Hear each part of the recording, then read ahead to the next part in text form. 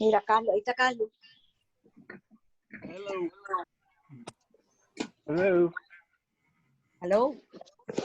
Hello. Make sure we mute everybody. You gotta remind people to mute.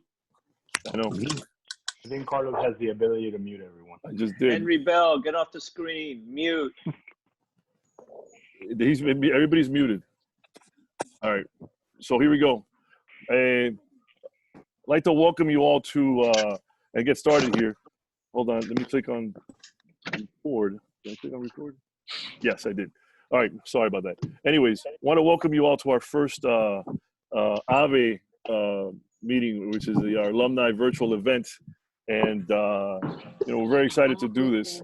And one of the things that we're going to ask you to do is stay on mute. If you can mute yourselves, that'll be great. And move from there. And just wanted to thank you all for being here during this time. Wanted to thank the panelists that you're going to be seeing and the hard work that they've put into this. A couple days ago, we had a big loss, and Rick was a big part of this, and he's actually the one that came up with the AVE, the Alumni Virtual Event idea. And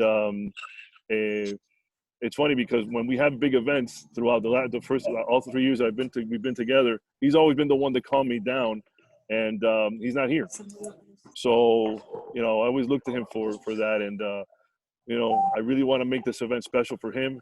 And this is a time that we come together as alumni, and that's what we do best: come together in times like this, come together to support each other, and this special occasion, come together for Rick and be there for him, and make this the best we can in this time. So I hope you enjoy what we put together for you. I hope it's informative for you. We will be having questions. We're going to be recording this, and that's it. So I'm going to go ahead and pass it over to Ramon Branger. He's going to be the host and the moderator of this event. And like I said, boys, enjoy. Thank you, Ramon. Thank you, Carlos. So it's kind of interesting how this all came about. I was actually on the phone with my partner, Paul, and talking about how we could put something together where we have something of an interview with maybe some clients or some potential clients and post it on some of our channels. And literally I hang up and I get a call from Carlos, and he tells me, hey, I have this idea. And I told him, I said, it's so crazy how things happen. I just literally finished talking to my partner about this. So, after a few discussions and talking about who we should have on the panel, we put this together, and we put some questions together to hopefully, help the community through this time and put together some information that we hope ends up being useful for everyone. A couple of housekeeping things that I wanted just to mention in regards of how this is going to work. We were trying to mute everybody, but it doesn't look like everybody's muted yet. So we appreciate it if you would mute yourself on the call so that, we're not hearing any background noise. We have about an hour time. Don't know if we're going to take up that entire hour. What we want to do is we want to have about 45 minutes of discussion. We have some questions and some topics prepared based on who's on the panel. And we're going to allow about 15 minutes of Q&A directly from you guys. So if you have any questions, you can go ahead and post them through the chat feature on Zoom, and we'll filter those questions and address them at the end. We're also going to be either posting some useful links on the chat feature on the right, or we're going to be sending that once we have the recorded option. And again, thank you for attending and being here. Hopefully it's useful for you guys. So just to start off, who's going to be on the panel? I guess I'll start with myself. Ramon Branger, class of '92, partner of Branger Breeze. We are a application development and maintenance company. We develop digital products for companies from startups all the way to multinational corporations, whether they be mobile applications, mobile applications or software for enterprises. We also have on Carlos Danger, Dr. Carlos How is Danger. everybody? Introduce yourself.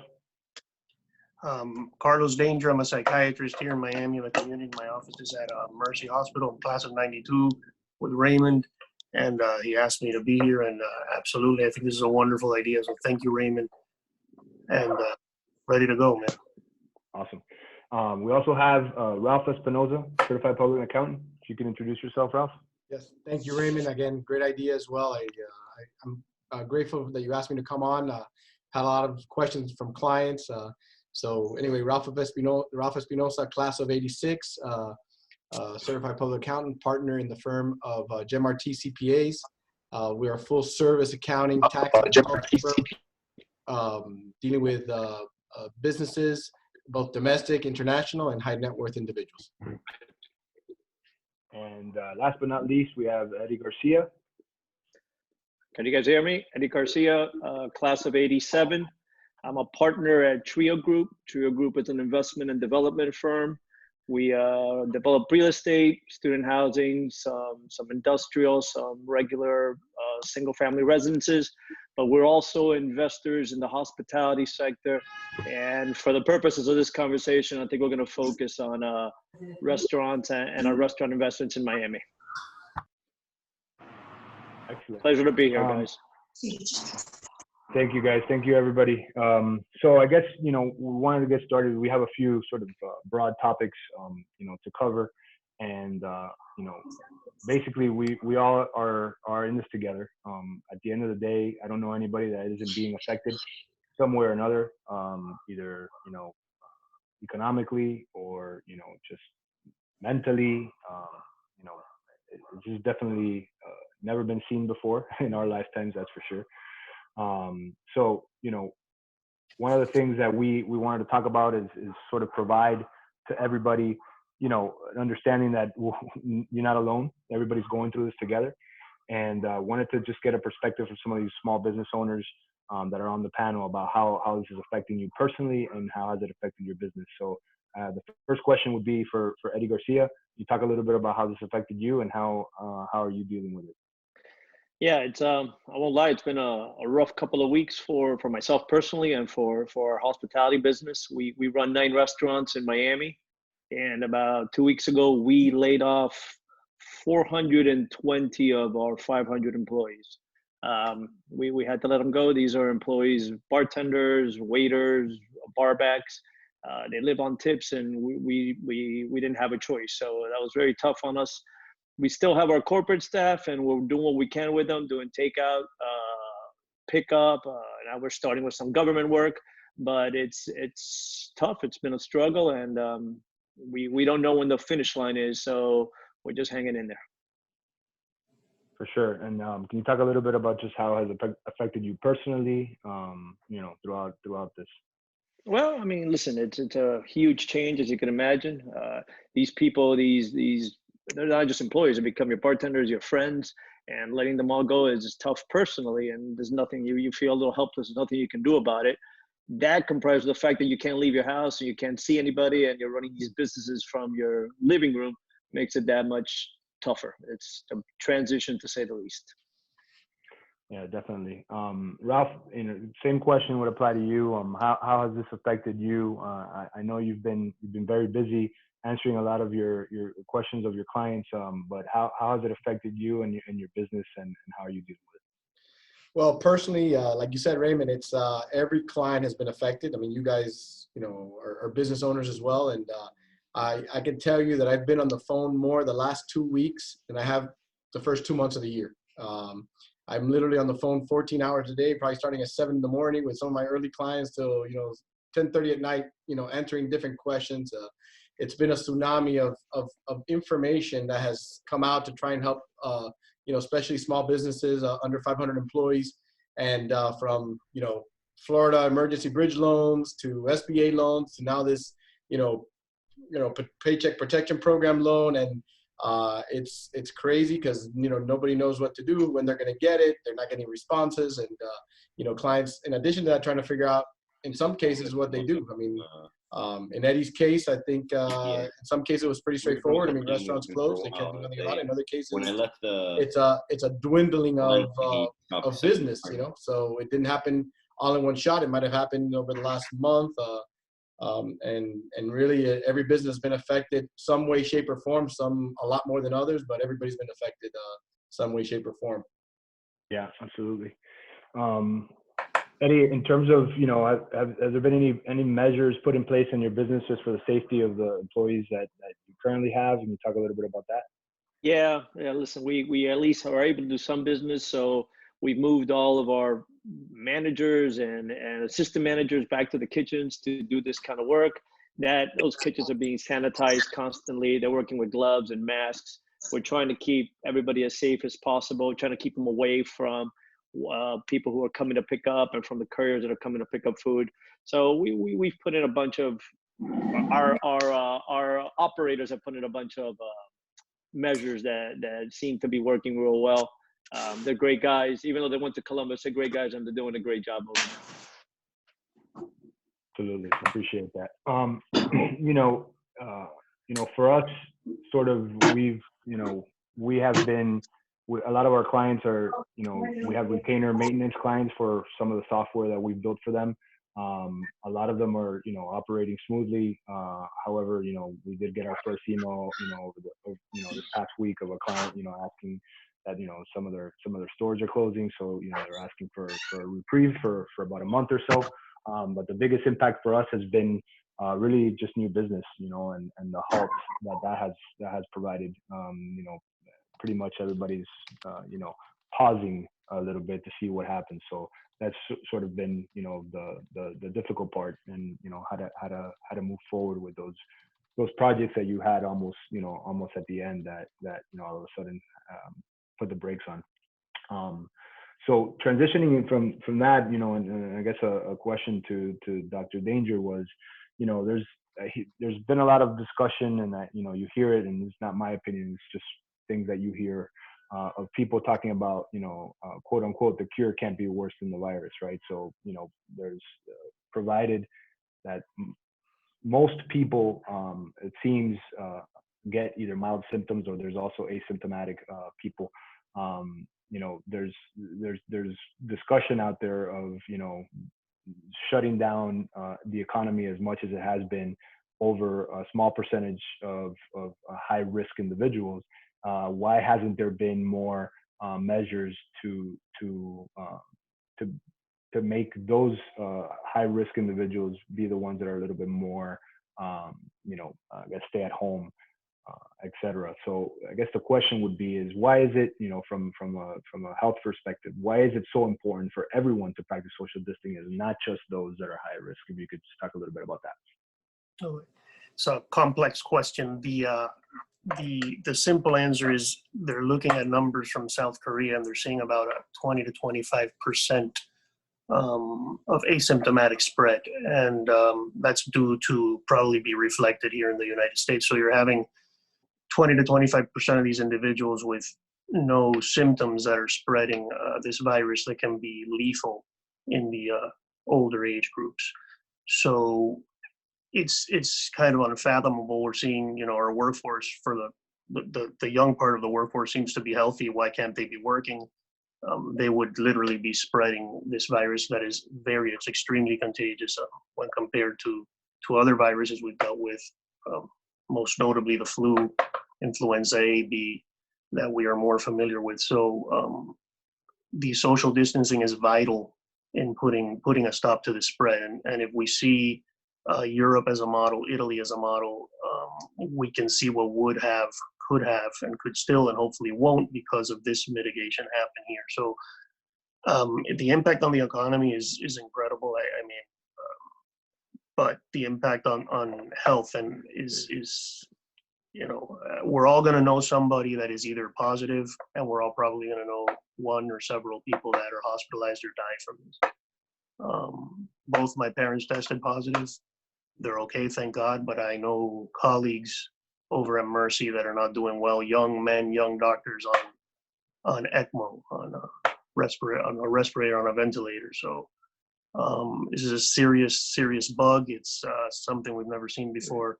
And it's why this has been so drastic. And it's hard to understand, but it does seem to the social distancing does seem to mitigate the spread, and we've just all got to put up with it, unfortunately.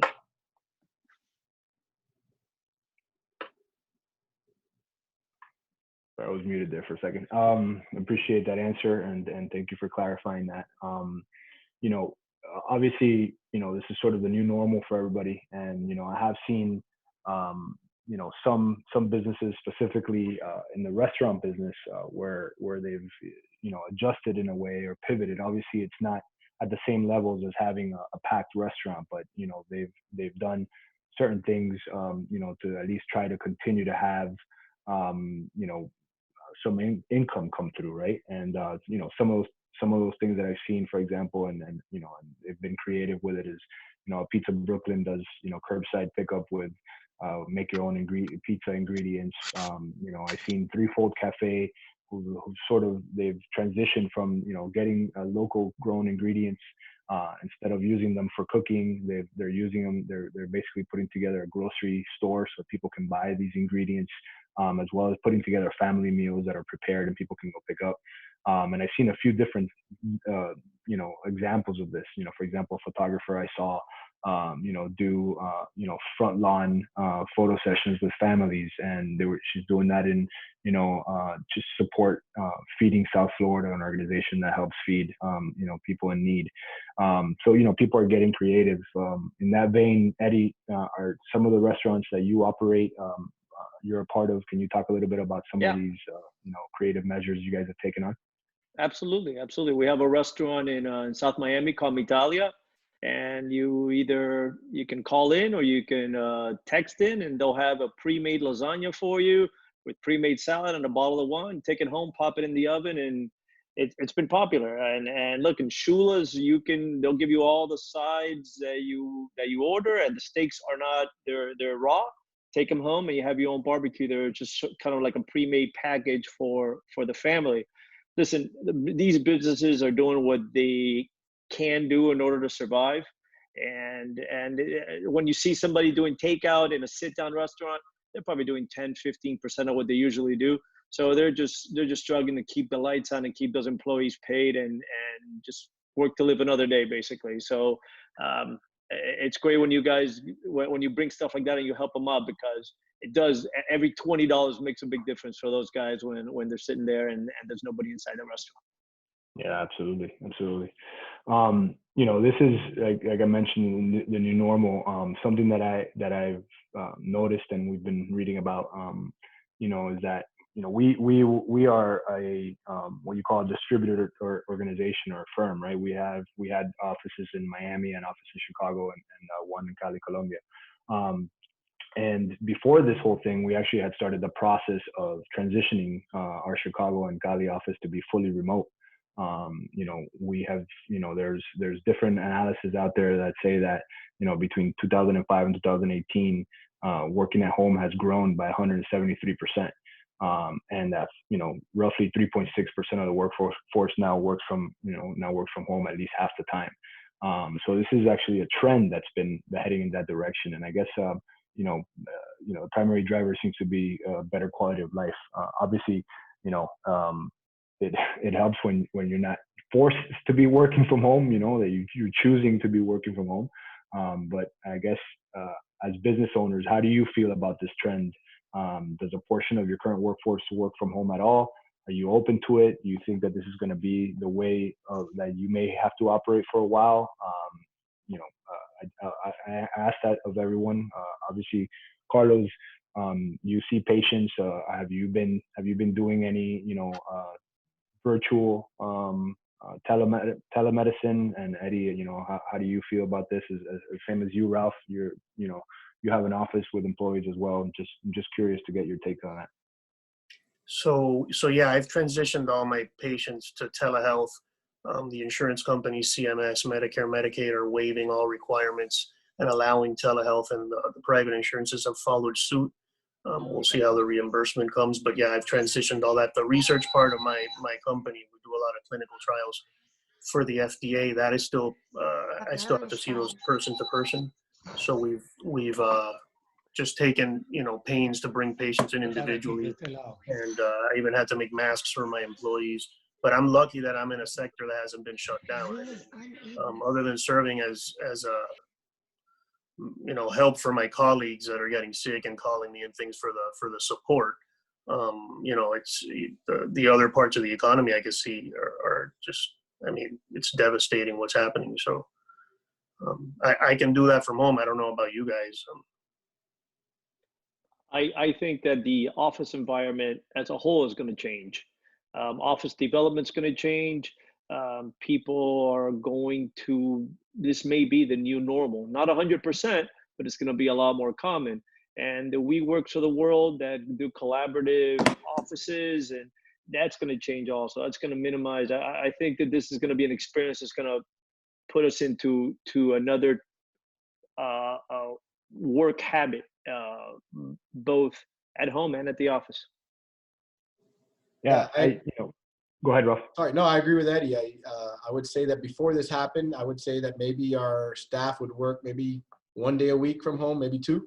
And they were maybe set up to work full time from home because they knew they were going to come in the office, the other 3 or 4 days. But now, like Eddie says, it may become the new norm. Maybe they'll do it more days out of the office. I think in our case, it's hard to work the whole time out of the office because you're seeing clients. I don't think it's going to change the face-to-face meetings. In our case, a lot of what we do is talk, confidential stuff. We're looking at papers and documents, and so I don't think it'll change completely, 100% remote in our case. But do I think that this will allow our staff to work a few more days from home because now they've been forced to get better set up at home and be more, comfortable at home to work more from home? Yeah, absolutely. I think it will definitely change going forward. Yeah, one of the things that we talked about at our firm was, we struggled a little bit with, transitioning to fully remote work because, there is the component of the socializing, right, and the camaraderie that comes with that sort of environment. When you work in an office environment, you're able to, collaborate with others. It's just easier.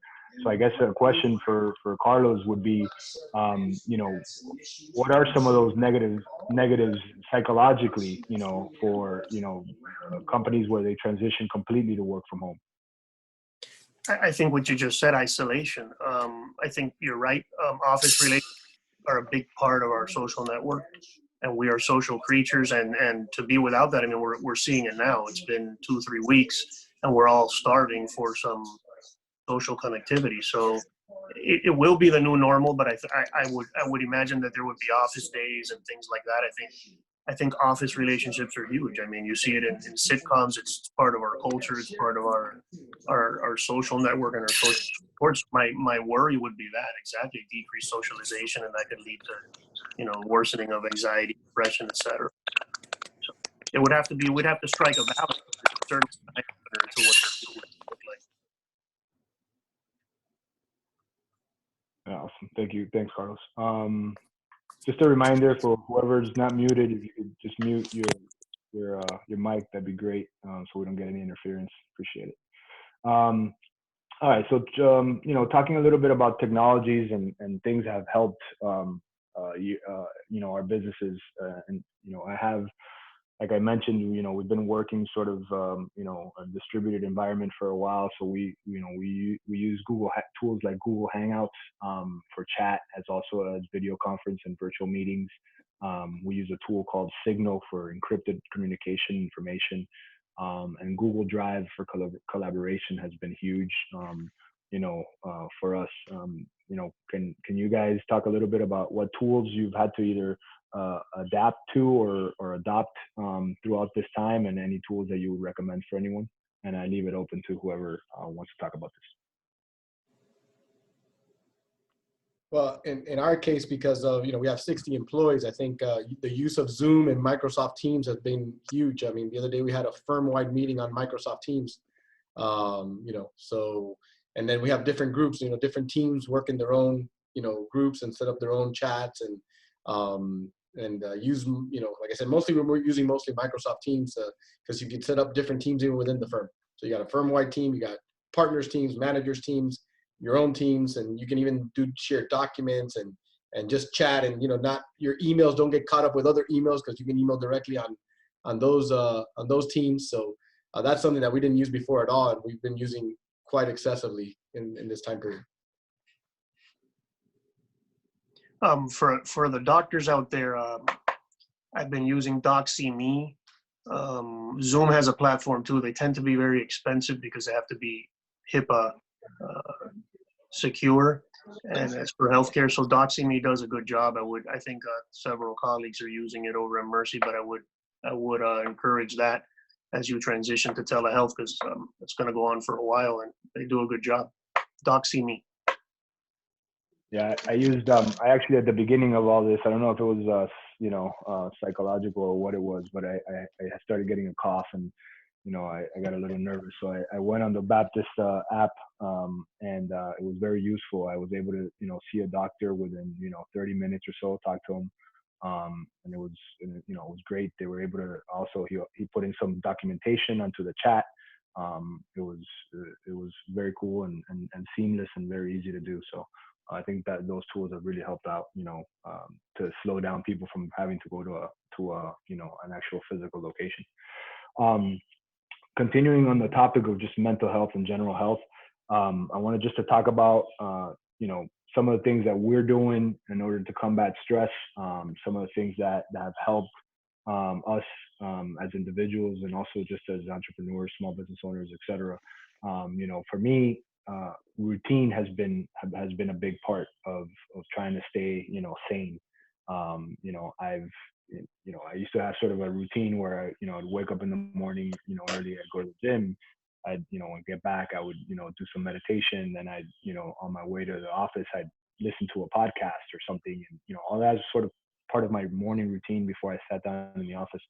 And I've had to adapt a little bit, to continue that routine. Now I don't work out in the morning so much because I get to sleep in a little bit more. So I work out in the afternoon, but, I listen to my podcast while I'm walking my dog instead of, driving to the office. So, how important, Dr. Danger, how important is, sticking to a routine, and what other recommendations would you give to people on dealing with stress and anxiety throughout this time? Routine is very, very important. As we know, I think we talked about this yesterday a little bit when we were talking, anxiety worsens with uncertainty, and anxiety worsens with a loss or a perceived loss of control. And that's what's going on right now. Everything is uncertain and we have very little control of this. So establishing a routine gives us a sense of control, and it lets us control something. And we have to be active in maintaining our mental health through this, and we have to take an active role, and it starts with a routine. The stress hormone, cortisol, that we've all heard about, is what happens when we're anxious. It's the fight or flight response. It's the hormone that's behind all of that response, and we're all going to have an increase in this hormone, and chronic increases in cortisol can lead to depression, anxiety, and a host of physical symptoms, hypertension, weight gain. And this is going to go on for a long time. So it's important to establish a routine, and it's important for that routine to include several things, an outlet for that cortisol, whether it be addressing the fight response or the flight response. You mentioned running. That's excellent. Kickboxing, punching a bag, things like that. You have to get that energy out, so to speak. You mentioned meditation. Mindfulness is huge. And that segues into an exercise that has been proven from a neurobiological perspective to be very fruitful, and that is a gratefulness exercise. And that's either in the morning or at night, to write down one thing that you're grateful for. And that has shown on functional MRI to actually increase activity in certain parts of the brain that are linked to cognition and linked to depression. And as with our Jesuit background, I want to put out there the Ignatian Exercises, los exámenes, el examen. I don't know if we could develop some kind of mini app, but there's a big aspect to the Ignatian Exercises that is self-awareness and mindfulness. And this is huge in reducing the cortisol response and the cascade of of neurochemicals that come from that and affect our brain and our body. So I don't know if Father Willie or somebody would develop a short little app that can just guide you through some, guided meditation, focusing on the self-awareness. I think that would be huge. But again, we have to be active and incorporate this into our routine so that we feel that we have some sort of control. And I would suggest also tackling some projects, getting some things done that you normally would not have done. A sense of accomplishment is huge into tapping into that reward circuitry in the brain, getting some dopamine moving through there and counteracting the depression and anxiety. And then laughter and music, man. These memes that are going around and things like that, laugh. That's something that helps. It helps the brain enormously. And music is huge too. There are countless studies on the role of music. Listen to music that you're in the mood to listen to, that matches your mood, and that also has been shown on MRI to have very positive changes. I know our class started that WhatsApp thing. Well, I think you did, Ray. I don't know, but it's been great. It's rekindled a lot of relationships. People send things there, jokes, messages of support, and it gives you an environment that is familiar. Again, not uncertain, a familiar environment that you can check in with and see what your friends, colleagues are doing. Establish some normalcy and routine. So all of those are my 5 tips, because this isolation is rough on the brain and rough on the body. So yeah. Thanks, Doc. I appreciate all that information. You hit on something that is true. The laughter part. The chat, our class chat has been huge. I have another chat of mostly Belen grads as well from our fantasy football, and it keeps us keeps us entertained for sure, at the very least. Some crazy information in there too, but at the end it's still fun information. So I'd like to ask Eddy and Ralph, just some of the things that you guys have done, to tackle stress and anxiety. I try to get out every morning and go on a run. It makes me feel good, not only physically but mentally. I usually before this I used to do it a little bit earlier, but now getting out a half an hour later. But it definitely sets a tone for the rest of my day. I find that the days I don't do it, by the afternoon I feel the effects on not having done it. But if I can say one other thing that we've been doing here, and it's worked out real well. Father Willie's doing daily masses. It's on YouTube from 9:30 in the morning on. You can watch them. It's 25 minutes. You sit there and watch it, and it makes you feel like you're back at school. It makes you feel you're in a good place. Don't take your phone into the room. Just focus on it. And I think that you leave there feeling good about yourself. You leave there feeling a little bit better about the world. And it really does put things into perspective for you. So if I can I don't know how many people, he told me the other day there was 60 people watching. There should be a lot more. It's not a big time commitment. And for us, at least, the days that we don't do it, we regret that we didn't watch it. For sure. Yeah. Ralph, you want to add anything? In my case, Carlos, I'm doing some of those things that you said, and then you're right. That when you do them, they work.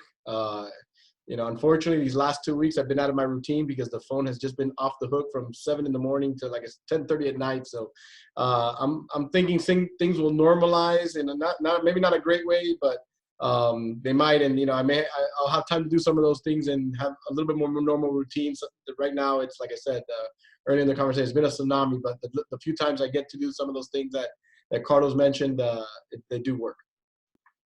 Awesome. Before we move into the topic of just the tax loans and all the information that Ralph is going to talk to us through regarding the benefits and loans and things that small business owners and just the community at large can take advantage of. I did want to take one question from the audience because it's related to sort of the health topic that we were on, which is, what is the danger in takeout in terms of contracting virus? A lot of people, my mom sends me, text messages all the time about, cleaning all the, all the boxes, or cleaning out, the bags that you get from the grocery stores, or the packaging, etc. How important is it to clean, or sterilize the packaging and information either from takeout or from a grocery store or something you buy, Dr. Dane? So the virus has been found to linger on certain substances. Paper and cardboard, the figure being thrown around without, this is evolving, but it's about 72 hours. Food is okay. The virus doesn't survive cooking, and food is okay. I would encourage being careful unpackaging the food, getting rid of the package, and washing your hands thoroughly. And that should not impact takeout. In fact, we're trying in my house to do a little more takeout to support our local restaurants, because they've taken a huge hit. As we've heard, just have to be careful with the packaging, get rid of it, and then wash your hands before you eat. But it's 72 hours, and I heard Eddy say that they're being careful at the restaurants with the packaging and the cleaning. So I think most are, but that's the suggestion. Excellent, thank you. So transitioning a little bit into tax loans and other money matters. I don't know if we're going to be able to cover them all, so I'm going to try to pick the ones that I feel may be of most use for everybody. I guess starting with the stimulus package. I know there's a portion in there, specifically the PPP, which is the Payroll Protection Program portion of the stimulus package. How do small businesses apply? Is my first question. Is it strictly through a third-party bank? It is my understanding that is the case. And any other information you can have or give in that regard, Ralph, that'd be great. Yeah, so been in touch with a lot of bankers. To answer your first question, yes, you do go through a bank, okay? I would recommend everybody to first go through their bank. I've talked to several bankers, and their order of this money, by the way, is going to be a foot race. This money is capped, and it's nationwide, and it's going to run out. A lot of experts are saying it might run out in the first day or two. Now, that's going to depend on how quick banks can get this underwritten and get the money to SBA and approved and back to the customers. But everybody that I talk to, including bankers and other experts, say that it's going to be a foot race. So please be in communication with your bank. There was a deadline that applications are going to be out tomorrow. Like I said, I was talking to one of my bankers, good friends earlier, and CNBC just came out with an interview with the CEO of JP Morgan Chase, which is the biggest US bank, and they already came out and sent an email to their customers. They're not going to be ready by tomorrow, which makes sense. This thing got approved last week, and there's no way that something this big gets put in place properly, without fraud, without chaos, in a week's time. So that does make sense. Nonetheless, keep in touch with your bankers, because the bankers are, the banking community is working on this, around the clock, trying to get this money and this process going. But just a quick note, bankers are prioritizing first their customers, their borrowing customers, then their deposit customers, and then potential new customers. So that's why I say I think your best bet is your current bank. And if they were already an SBA approved lender, it might be even faster than lenders who are currently getting approved. So that's my advice on that. And what was your other question, Ray? The other question was how business apply. Would you answer this through the banks? One of the things that is a question is how do we calculate the number, right? How do we calculate that amount that you're applying for? Can you talk a little bit about that? Yes. So the amount, just recently, new clarification came out. A lot of businesses that have ADP. ADP just posted today those payroll cost reports calculated for them. So if you go into your ADP portal today and go to payroll reports, they've already calculated for you. So the calculation is they're using 2019. Some banks may request even January and February of this year payroll information, but in 2019, you take gross payroll minus income tax withheld from employees, minus Social Security and Medicare tax withheld, plus state and local taxes paid on that income, plus health insurance, group health insurance paid, plus any retirement benefits paid. That's the basic calculation. A lot of you out there might be thinking right now, wow, what do you mean they're gonna subtract income tax withheld and Social Security and Medicare tax withheld? That was one that was in there, and a lot of people were overlooking because of the way it was written, but we're starting to get clarification, and yes, it looks like that's the way it's gonna be. Okay, we're gonna share with the link of this call, we're gonna share some documentation that has a little bit more information as well. One question that I know has come up is, are 1099 employees included in that payroll calculation? Yeah. So there's still a lot of question on that. That's a very good question. SBA, just so you guys know, SBA has not clearly given banks clear guidelines yet. There was a letter that the Florida Bankers Association sent to Marco Rubio saying, hey, how do you expect us to do all this if, you guys, there hasn't been clear guidance. There's a lot of dysfunction right now between the SBA and the Treasury. A lot of dysfunction regarding this. So there's some people that say yes. There's some people that say no. There's some people that say, well, only if they're really 1099s are kind of employees. So that still hasn't been cleared. And even banks will tell you yes. And then you ask these questions that are coming up. Well, does it depend if they were doing services for you or they were kind of like an employee? Or what if it was commissions? So there's still not enough guidance and clarity on that issue yet. Ralph, I have a question. Sure. You said that this is a foot race. So basically, if your bank drags in getting your application or getting you approved, and my neighbor's bank is faster than mine, he'll get his loan and I won't because my bank was slower. Is that what I'm hearing? Absolutely. It's going to depend on how quickly you get it to them and how quickly they get it underwritten, approved, and sent, because there is a cap on this of, I think it's 350 billion. And this is a nationwide program. So listen, yes, it's going to depend on speed. Absolutely. On and your tomorrow, end, getting them the information and on their end processing. And this race begins tomorrow, supposedly? Supposedly, but like I said, already Chase, which is the largest U.S. bank, already came out, and a lot of banks were already telling me this, that they don't see how they're going to be ready by tomorrow. But don't take your eye off the ball, because if for some reason at midnight tonight they post it up and they send you an email, I would jump on it. Okay. Thanks, Ralph.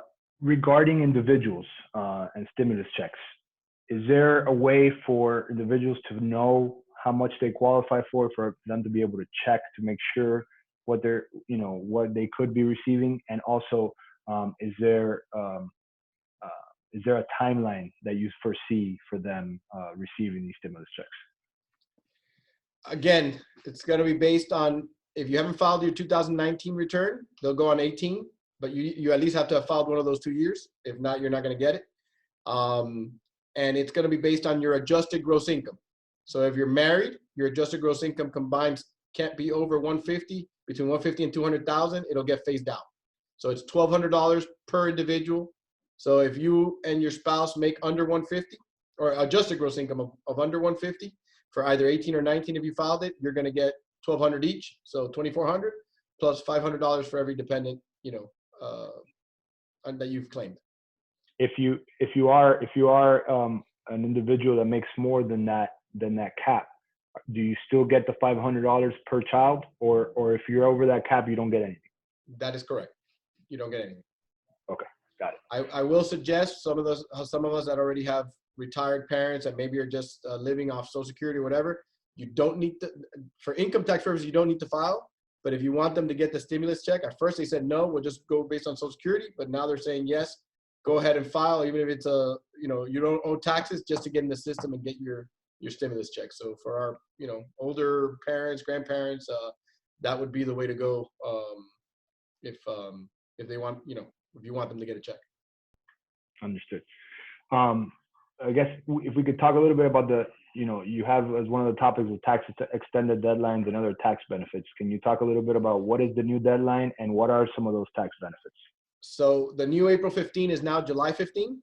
I do expect that if this continues, they may just push it all the way out to the original extension deadline, which you get when you file an extension with October 15. But right now, as long as you file and pay your taxes by July 15, no penalties, no interest. As far as other tax benefits, a lot of they've given small businesses. One of them is payroll credits.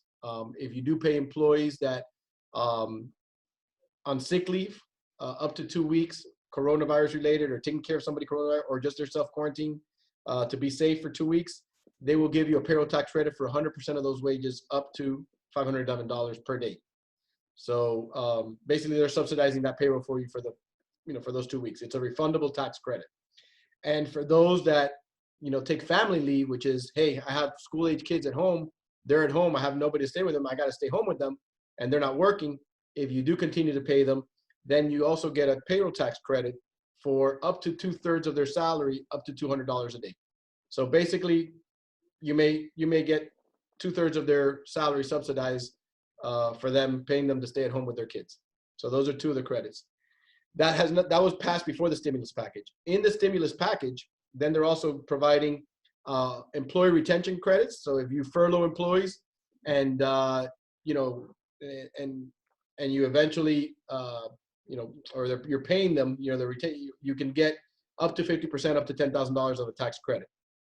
Okay.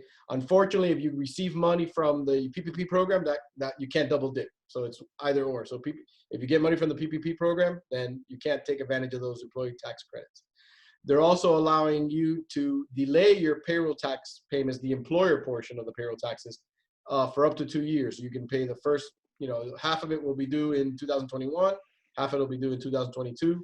But again, you can't take advantage of that if you took advantage of the PPP loan. So, you know, even if you don't get the PPP loan and you do have employees on payroll, you can still get some benefits by either delaying your payroll taxes and or taking some employee retention credits.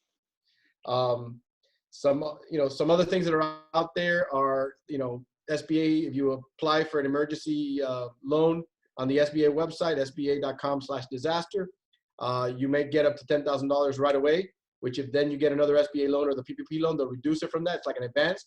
And if you don't get it, it's free money. You keep it. It's like a grant. Okay. There's also the Florida Emergency Disaster Bridge Loan. It's up to $50,000. Again, that's only if you have between 2 and 100 employees, and that's up to $50,000.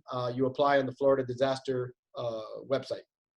And that one's not free money. That one is yeah, that one is interest free for a year. If you don't pay within a year, then it's 12%. So it's expensive. Yeah, if you don't pay within the year, pay back within the year. So it's technically set up to be a bridge loan while you get the other loans, right? So that's why they call it emergency bridge loan. But so hopefully you get the other loans, you pay this one back, and you know you don't have to, but if you don't pay within a year, it'll be 12%. And Ralph, going back to the 10,000 SBA loan. So first I was told that they have to give it to you in 72 hours. And I was also told that it is it if you apply for something else, is it forgivable? So if you apply for something else and you get it, another SBA program, which includes the PPP program, they'll reduce it. So it's like an advance, right? Okay. So if you got, let's say, $150,000 approved, and you already got the 10,000, they reduce the 10 from the 150. Right. If you don't get any money, it's free money. So if you got approved for no SBA loan, it's basically free money. It's like a grant. And that application is very simple, I was told, and in 72 hours, I got 10 minminutes. The application 10 minutes. I still don't know of anybody that I know has gotten the money, so I can't promise you the 72 hours. I've heard the same thing you've heard, but I still have yet to hear that they've complied with any of the deadlines that they promised on any of these loans. Yeah, I applied. It is a literally 5-10 minute, 3 or 4 page online application, and I haven't even received word whether it's processed or not. So I think it might be 72 hours after it's processed, and I don't think it's even processed. Yeah, I can tell you on the Florida loans, the earliest client that applied to mine was March 18th, and now is when they finally heard that they're reviewing his file and they should hear from somebody else. That's for the Florida emergency bridge loan. So that was 2 weeks ago. So just to give you guys an idea. Just a real quick time check. We have about 7 minutes of the hour. There is one question on here for Ralph, which is, what recommendations do you have for those who have been laid off? Broad question, but. Yeah, apply for unemployment right away. Right now, they've extended the unemployment benefits, so they're giving you an extra $600 a week. So the maximum here in Florida was $275 a week that you would get.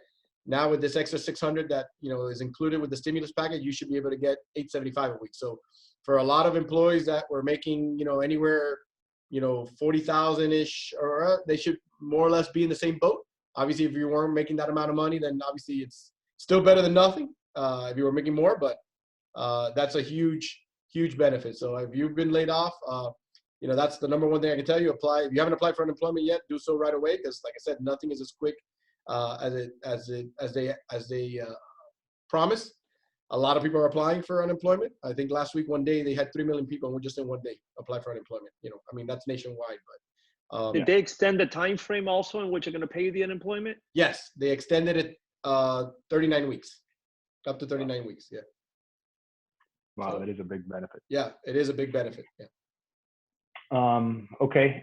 Any other specific topics you think are important, Ralph, to cover regarding, I know you have a couple of different things regarding. Yeah, fees. I'm going to recommend everybody that has business interruption insurance to have their agent or attorney that get an attorney that specializes in business interruption to look at the policy. A lot of policies since the last SARS virus, 15 years ago, or whatever it was, did put in an exclusion for this type of situation for pandemic or civil authority.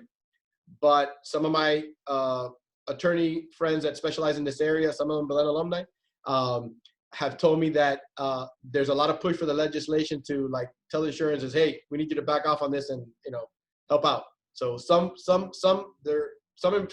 policies may not have this, so take a look at it. But some that do, they say, hey, put a claim in anyway, because if there is legislation passed to tell insurances, hey, you need to move forward with this regardless. At least you already have a claim in the door, and most of the attorneys are doing it on contingency. So you don't get any money, it doesn't cost you anything.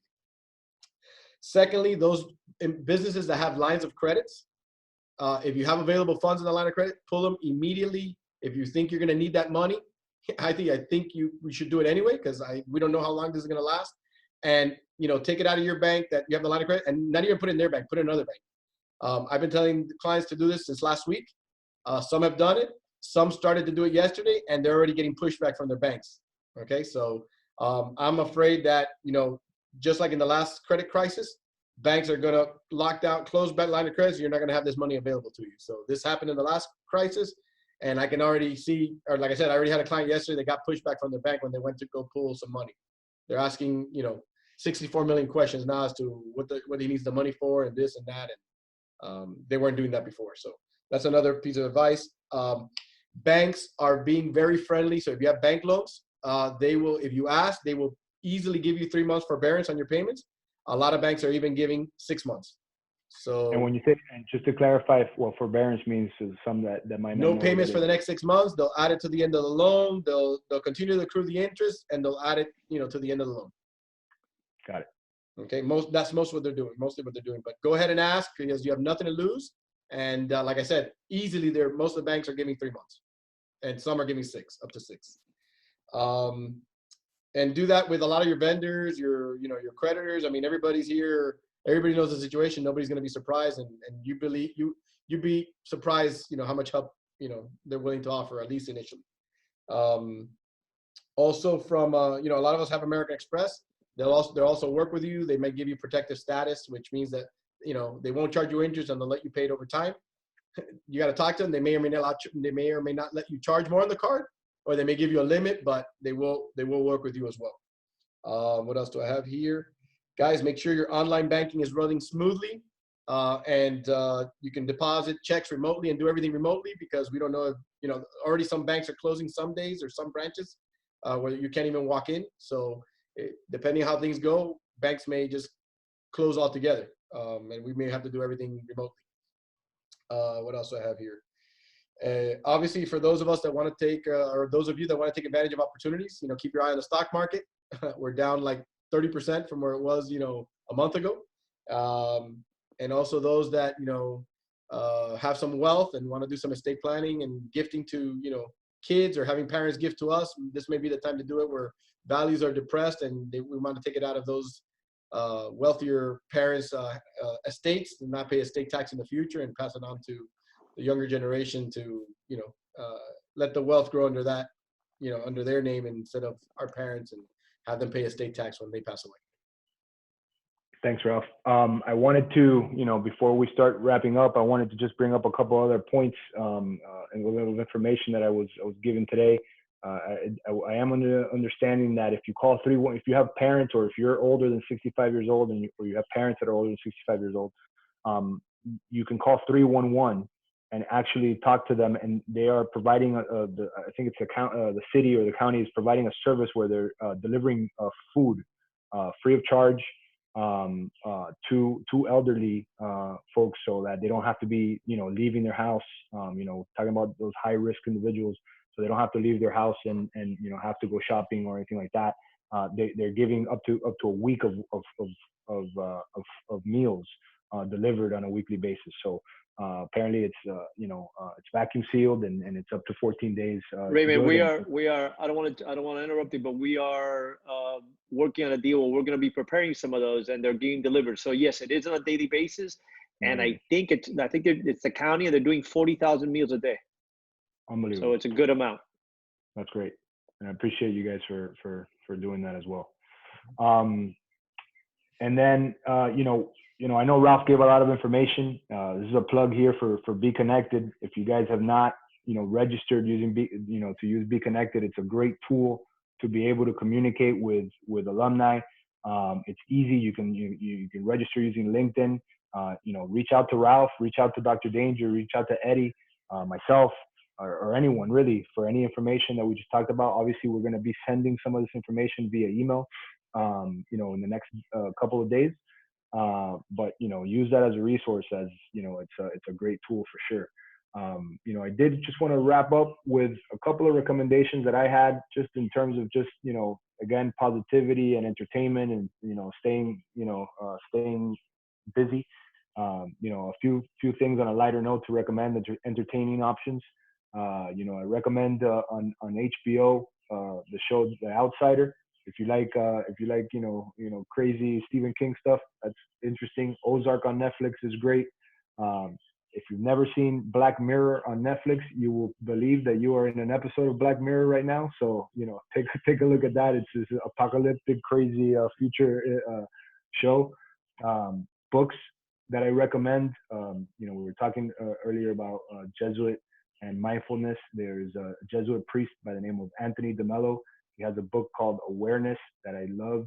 It's a really easy read. It's short. I use it. I read it over and over again when I do my meditations. It's great. And Ryan Holiday, The Obstacle is the Way, is a great book to read during trying times like this. Just talks about a lot of different stories about getting through, difficult situations. Really entertaining book. And then lastly, I talked about podcasts. I listen to podcasts all the time. Radio Lab is a great podcast. This American Life and Reply All are just 3 recommendations that I would have. And again, we'll send these in an email to everyone. And if you guys have any other recommendations to give out for shows, books, anything at all, go ahead and shoot it out. Just wanted to mention something that Ralph said. I did hear the same thing from 2 different bankers today about the possibility of lines of credits, both in businesses and for your home, freezing. So you're going to need the money in the next 90 days, 120 days. It may be a good idea to pull that money out sooner rather than later, because it may start to happen. All right. Before we wrap up, I know Carlos wanted to say a few words. Again, I just wanted to thank everyone for joining and thank the panelists. I really appreciate it. I think we've given, I know it's a lot of information to cover in an hour. Hopefully we'll be able to summarize all this and send it via email, and it'll provide, some use. And hopefully, Carlos, we can do this again, in a week or 2 or whenever, with some different panelists and different topics. Yeah.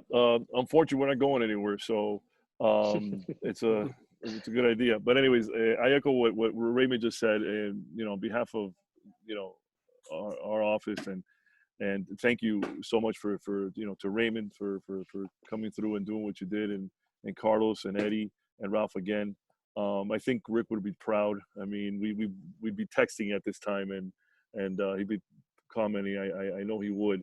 And one thing I wanted to mention, we had a discussion in a board meeting we had on Tuesday, and the day he passed, and we were all in agreement that this is something to move on. In other words, he would want us to do this, and I'm so proud of you guys. I'm so proud of the fact that we all came together, and they were all coming together the way we are, not just for Rick, but for everybody, for us. And we're going to need each other down the road, boys. And it's such a beautiful thing to be part of this group, to be part of this network. It really is special. So thank you. We're going to get everything out to you, the recording, and links everything, even Branger's special suggestions for entertainment, we'll get it out there. I don't know about music selections, but we'll try our best. So, anyways, sayonara. Have a great night, and good night to everybody. Thank you. Thank you, guys.